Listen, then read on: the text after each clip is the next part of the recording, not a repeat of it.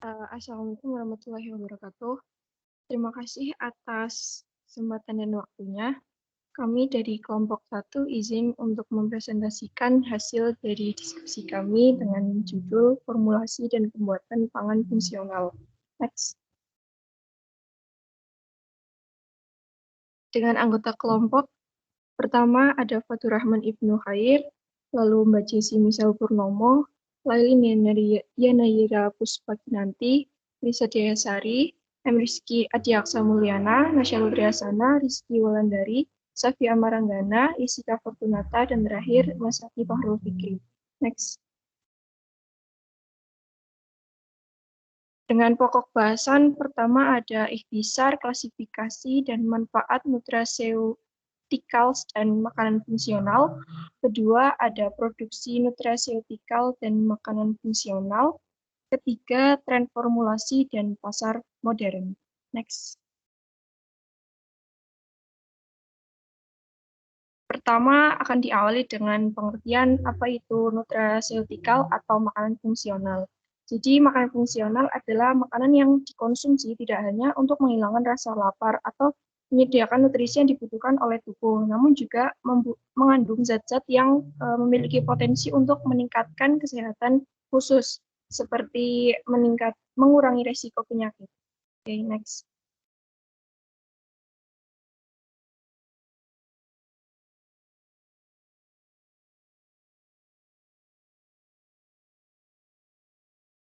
Izin melanjutkan. Jadi selanjutnya kita ambil dari data dari American Institute for Cancer Research yang menunjukkan bahwa adanya korelasi antara pola makan yang buruk, yaitu tingginya gula dan jenuhnya lemak, dan risiko kematian dini yang disebabkan oleh kondisi kesehatan terkait peradangan atau kanker saluran pencernaan. Studi ini menunjukkan bahwa peserta yang hidup dengan pola makan yang buruk 4 kali lebih mungkin meninggal akibat kanker saluran.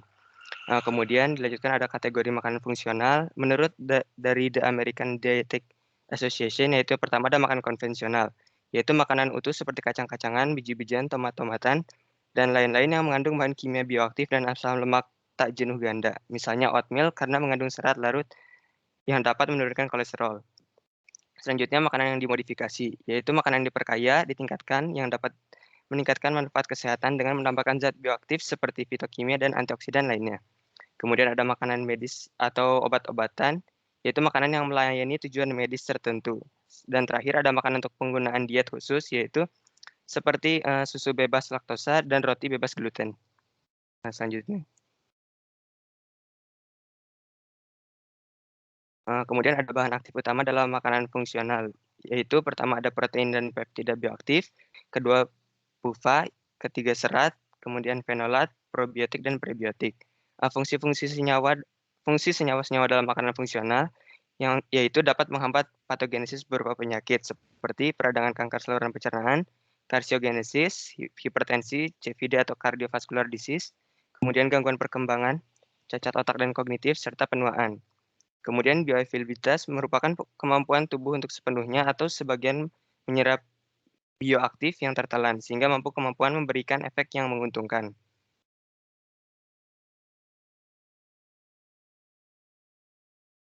Kemudian makanan fungsional dan nutraceuticals juga dapat mengandung komponen inert. Contohnya ada surfaktan, ada stabilisator atau gam, kemudian ada pengembus, serta ada pewarna juga. Apa fungsinya? Yaitu untuk membantu mengantarkan bahan aktif ke organ target. Kemudian meningkatkan kegunaan produk serta memberikan manfaat seperti menyamarkan rasa atau rasa yang tidak enak atau membuat tablet tahan terhadap asam lambung.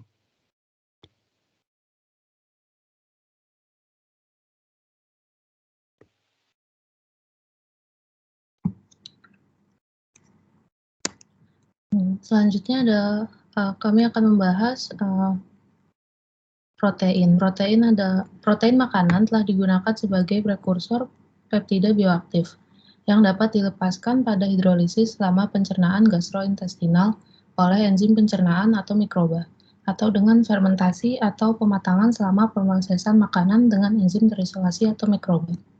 Fungsi dari protein adalah mengatur serum kolesterol dan efek hipokolesterolemilia, menghasilkan efek penghambatan terhadap enzim pengubah angiotensin 1 dengan kemungkinan efek penurunan tekanan darah, menghasilkan modulasi opioid dan antitrombotik aktivitas, dan memberikan pengaruh positif pada penyerapan kalsium dan kesehatan gigi. Selanjutnya adalah PUFA atau polyunsaturated fatty acids. PUFA adalah fatty acids dengan lebih dari satu ikatan rangkap karbon-karbon. The American Heart Association atau AHA pada tahun 2013 merekomendasikan bahwa 25-35% dari total kalori harian diperoleh sebagai lemak dari minyak dan lemak dalam makanan. Hal ini dikarenakan PUFA memberikan efek yang menguntungkan seperti efek antiinflamasi, imunomodulator, kardioprotektif, dan anti-aterosklerotik. Contoh dari lipid fungsional adalah omega-3 fatty acid, asam stearidonik, omega-6 fatty acid, asam konjugasi linoleat. Fungsi dari PUFA adalah sebagai prekursor untuk prostaglandin, leukotrien, dan eicosanoid, menurunkan konsentrasi trigliserida plasma, mendukung perkembangan otak dan mata janin, dan penurunan resiko kondisi terkait sindrom metabolik. Adapun sumber dari PUFA yakni berbagai jenis ikan seperti teri, salmon, makarel, terus kacang dan biji-bijian, minyak kanola, dan bunga matahari.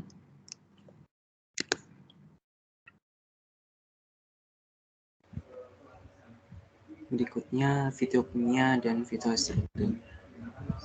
Fitokimia adalah kelompok metabolit sekunder tanaman yang dinilai bermanfaat bagi kesehatan. Fitokimia dapat menekan jalur proinflamasi, mengurangi kolesterol low density lipoprotein, melindungi terhadap kerusakan yang disebabkan oleh kolesterol LDL, mengurangi risiko dan penumpukan plak di arteri, serta berkontribusi terhadap PJK. Biasanya bahan kimia fito meliputi flavonoid, karotenoid, serta polifenol lainnya. Flavonoid adalah nama kolektif yang diberikan kepada sekelompok senyawa yang dicirikan oleh dua cincin aromatik yang dihubungkan oleh jembatan 3 karbon. Flavonoid dapat meningkatkan pembentukan endotel oksida nitrat yang mendorong vasodilatasi dan oleh karena itu dapat mengurangi tekanan darah dan risiko CVD. Flavonoid juga memiliki berbagai mekanisme anti kanker. Terus berikutnya fitoestrogen. Fitoestrogen adalah senyawa fenolik yang berasal dari tumbuhan yang secara struktural dan atau fungsional mirip dengan estrogen. Fitoestrogen terdiri dari isoflavon, omestan, dan lignin. Fitoestrogen berfungsi meningkatkan kontrol glukosa dan resistensi insulin melalui mekanisme sekresi insulin pankreas, termasuk mengurangi risiko osteoporosis, penyakit jantung, kanker payudara, dan gejala menopause. Dan karotenoid adalah pigmen alami yang disintesis oleh tanaman dan bertanggung jawab atas warna cerah berbagai buah dan sayuran. Karotenoid terdiri dari dua kelas utama, yaitu xanthofil dan karoten. Xanthofil merupakan karotenoid yang mengandung oksigen, sedangkan karoten adalah karotenoid yang tidak mengandung oksigen. Karotenoid dihargai karena sifat antioksidannya dan kemampuan untuk mengurangi risiko penyakit tertentu seperti kanker dan penyakit mata. Next.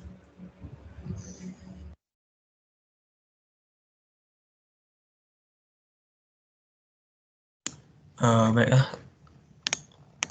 Selanjutnya yaitu serat atau fiber, atau dikenal juga sebagai polisakarida non-fatty. Serat ini berasal dari dinding sel tanaman seperti selulosa, hemiselulosa, dan pektin. Nah, fungsi utamanya seperti karbohidrat lainnya yaitu sebagai menyediakan energi. Serat adalah karbohidrat kompleks yang di metabolisme berbeda dari karbohidrat lainnya dan biasanya tahan terhadap pencernaan dan penyerapan.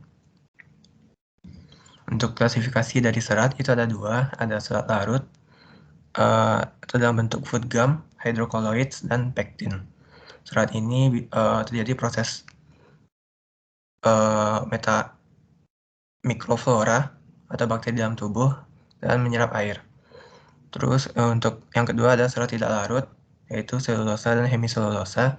Di sini tidak ada proses dari mikroflora dan juga tidak adanya penyerapan dari air. Lalu untuk fungsi utama dari fungsi serat Itu adalah membantu mengendalikan rasa lapar, mengatur asupan makanan, meningkatkan rasa kenyang, mengurangi konsumsi berlebihan, dan menggantikan nutrisi lain seperti lipid. Lalu komponen fungsional utama dari beberapa serat sereal yaitu ada namanya beta-glukan yang berfungsi untuk menurunkan kolesterol. Lalu juga studi menyatakan hubungan antara asupan serat makanan yang rendah dan juga pengurangan resiko kardiometabolik seperti sindrom metabolik, peradangan kardiovaskular, dan obesitas. Lalu bisa dilihat di tabel sebelah kanan yaitu terdapat total kandungan dari serat makanan dari beberapa jenis biji-bijian, gandum, sereal umum.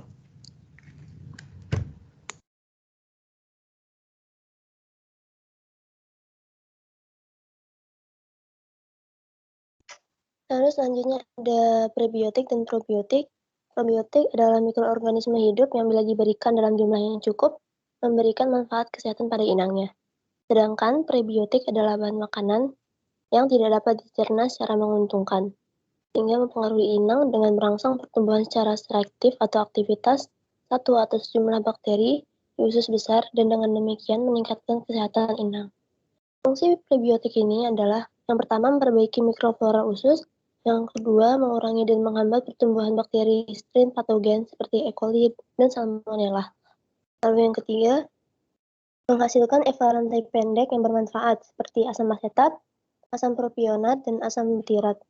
Lalu yang keempat, merangsang penyerapan kalsium dari makanan. Contoh dari prebiotik ini seperti oligosakarida non dicerna, yaitu inulin yang berasal dari chicory, agave, tequilana, dan lain-lain. Lalu fructo-oligosakarida yang berasal dari asparagus, gula bit, bawang bombay, madu, dan lain-lain. Kemudian ada galacto-oligosakarida yang berasal dari madu, susu, gandum, buah-buahan, sayur-sayuran, dan lain-lain. Lalu ada laktulosa yang berasal dari susu, dan contoh yang terakhir isomaltulosa yang berasal dari sukrosa, madu, sari tebu, dan lain-lain.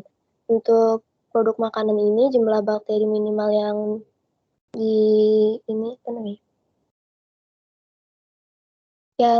dapat diterima itu yaitu sebanyak 106 CFU per mililiter.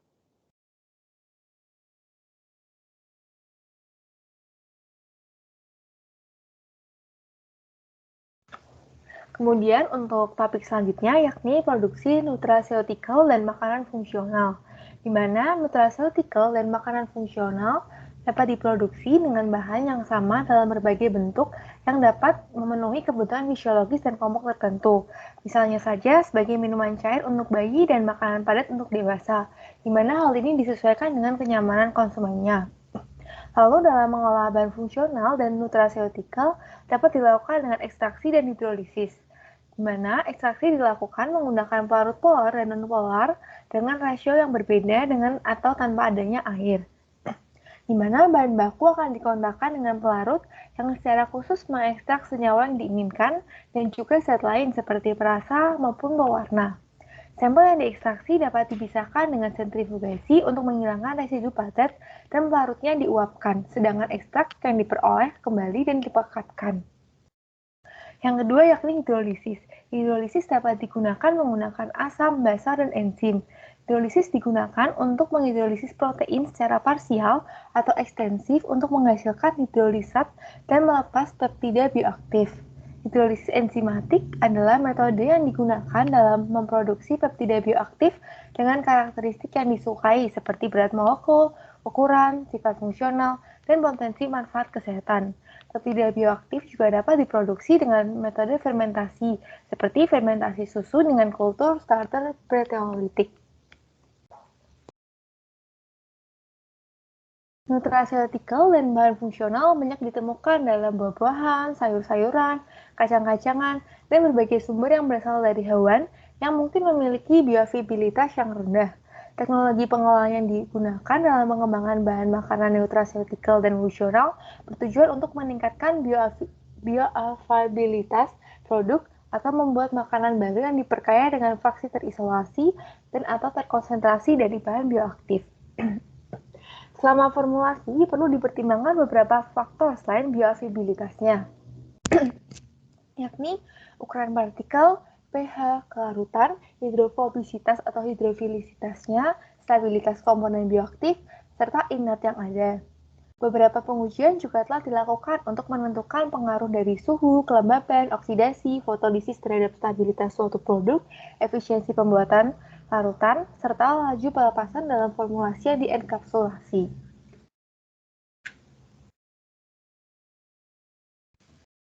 Selanjutnya, pengolahan juga mempengaruhi kualitas dan sifat pada bahan bioaktif pada tingkat yang berbeda dengan implikasi nutrisi yang bervariasi.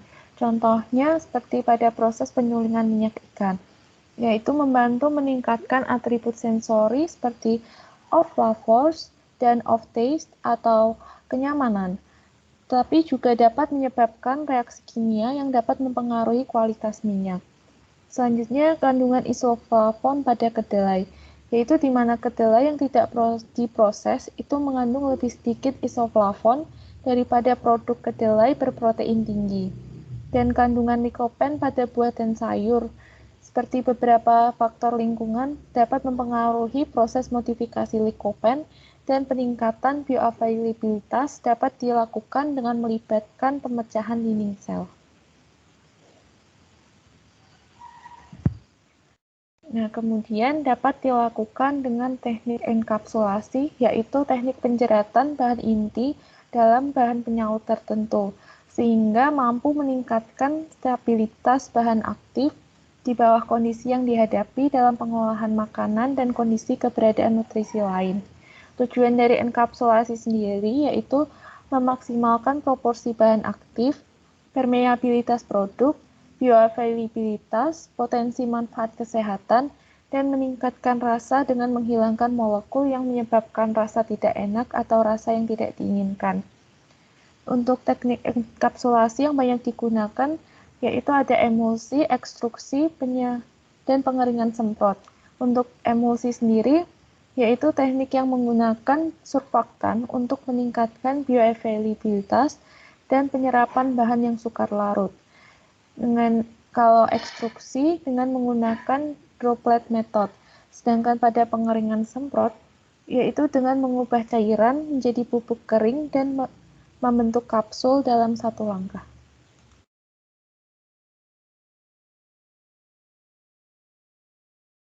Baik, selanjutnya terkait tren formulasi saat ini dan pasar modern. Jadi, selama perkembangan dari tahun ke tahun, formulasi dalam nutraceutical atau makanan fungsional itu juga mengalami transformasi. Nah, untuk saat ini, transformasi sendiri dipengaruhi oleh ilmu pengetahuan, di mana ilmu pengetahuannya semakin kuat mendorong dalam meningkatkan kesehatan dan mengurangi penanda dan resiko penyakit tertentu.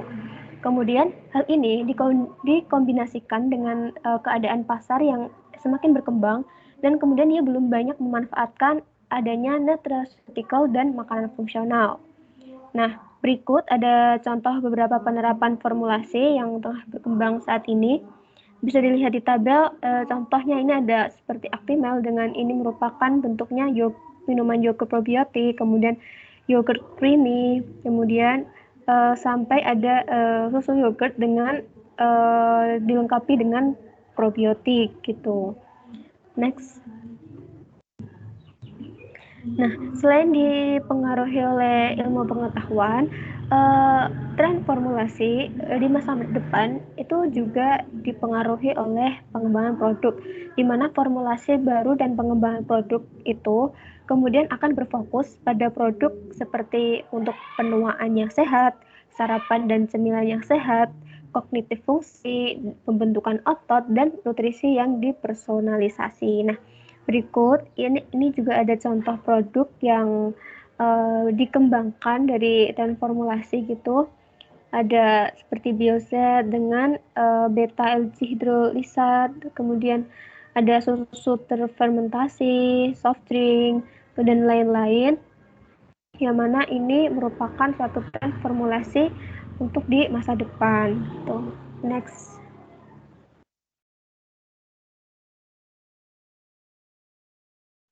Kemudian untuk produk makanan yang dibuat sebagai pengganti atau bahan lainnya dari waktu ke waktu dapat dimodifikasi atau inovasi sesuai dengan kebutuhan kesehatan agar terhindar dari berbagai penyakit.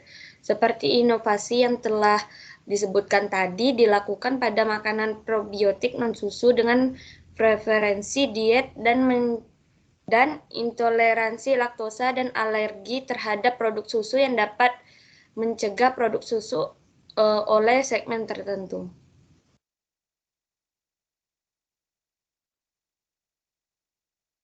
Kemudian di sini juga makanan fermentasi tradisional yang merupakan sumber kultur campuran ragi, jamur, dan bakteri seperti bakteri asam laktat. Nah, beberapa dari mereka tersebut telah menunjukkan karakteristik sebagai probiotik. Nah, dapat kita lihat dari tabel di bawah ini sebagai potensi makanan fermentasi tradisional probiotik. Nah, yaitu ada yang memakai mikroorganisme probiotik seperti lactic acid bakterial untuk substratnya itu sendiri, ada sereal dan legume. Dan bisa kita lihat lagi di seperti dalam tabel masih banyak contoh yang lainnya.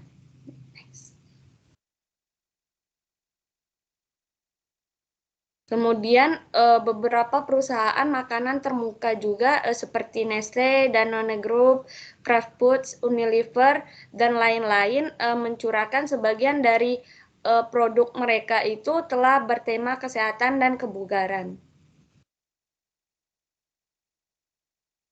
Nah, untuk formulasi dan inovasi lainnya dalam teknologi pembuatan makanan lebih banyak lagi untuk contohnya. Nah, tetapi salah satu parameter yang penting untuk mencegah adanya adopsi teknologi baru dan implementasi komersial yang lebih luas, maka adanya batas-batasan teknologi atau peningkatan skala yang harus sesuai dengan parameter kesehatan. Next slide. Sekian presentasi dari kelompok 1. Apabila ada pertanyaan dan kurang jelas bisa ditanyakan. Terima kasih.